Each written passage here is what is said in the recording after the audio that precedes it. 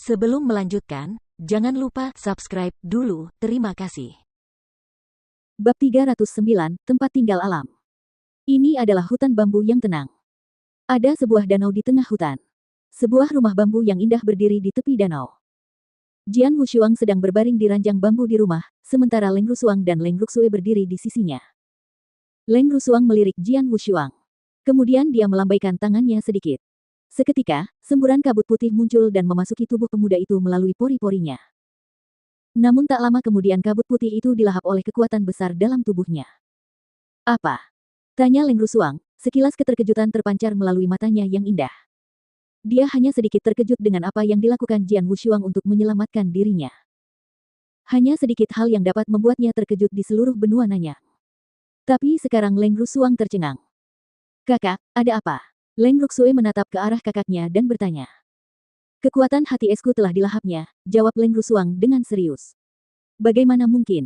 Leng Ruxue ketakutan.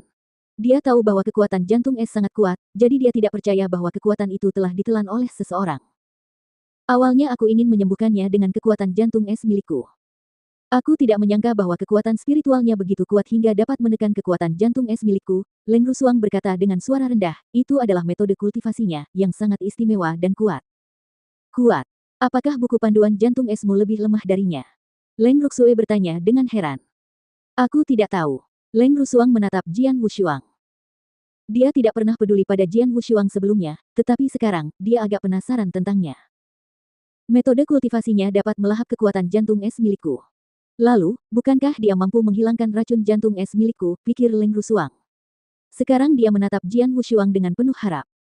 Leng Rusuang berkata, dia tidak biasa. Ketika kami membawanya kembali, dia sedang sekarat. Kami tidak memberinya ramuan apapun dalam perjalanan pulang. Sekarang dia jauh lebih baik dari sebelumnya. Kemampuan penyembuhannya jauh lebih unggul daripada prajurit biasa. Dia tidak memerlukan bantuan dari luar dan akan segera bangun. Kakak begitu kuat. Leng Ruxue berkata dengan ekspresi terkejut.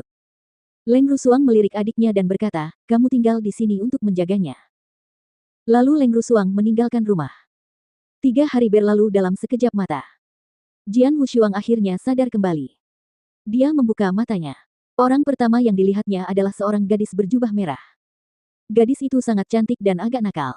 Dia menatapnya dengan mata hitamnya yang besar dan berkilau. Kakak, kamu baik-baik saja. Gadis berjubah merah itu khawatir dan bertanya padanya. Kamu adalah Leng Ruxue. Jian Wushuang menatap gadis berjubah merah itu dengan heran. Gadis berjubah merah itu memang Leng Ruxue.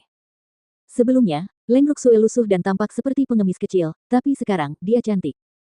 Di mana aku? Jian Wushuang melihat sekeliling. Ia mendapati dirinya berada di sebuah ruangan bambu, dengan perabotan sederhana yang terbuat dari bambu. Ini adalah Nature Residence, tempat kakak perempuanku tinggal. Kamu beruntung. Setelah kakakku membangun rumah ini, kamu adalah orang pertama yang datang ke sini, kecuali aku dan ayahku, jawab Leng Ruxue sambil tersenyum lebar. Kediaman alam. Jian Wushuang perlahan duduk. Saat dia bergerak, dia langsung merasakan sakit yang tajam. Wajahnya berubah. Fiuh. Jian Wushuang menghela napas dalam-dalam. Kali ini aku terluka parah. Dia memang sangat menderita. Jika dia seorang prajurit biasa, dia pasti sudah mati. Dia lebih kuat dari prajurit biasa, karena tubuhnya dibentuk kembali dengan keterampilan penciptaan surgawi. Metode kultivasi yang menentang alam juga membantunya pulih. Kakak, biar aku ajak kamu jalan-jalan, kata Leng Ruxue. Nama saya Jian tak berujung. Anda bisa memanggil saya kakak Wushuang, kata Jian Wushuang lembut. Baiklah, kakak Wushuang. Leng Ruxue tersenyum dan membantunya berjalan keluar. Setelah melangkah keluar, Jian Wushuang melihat sekeliling. Semuanya terlihat jelas.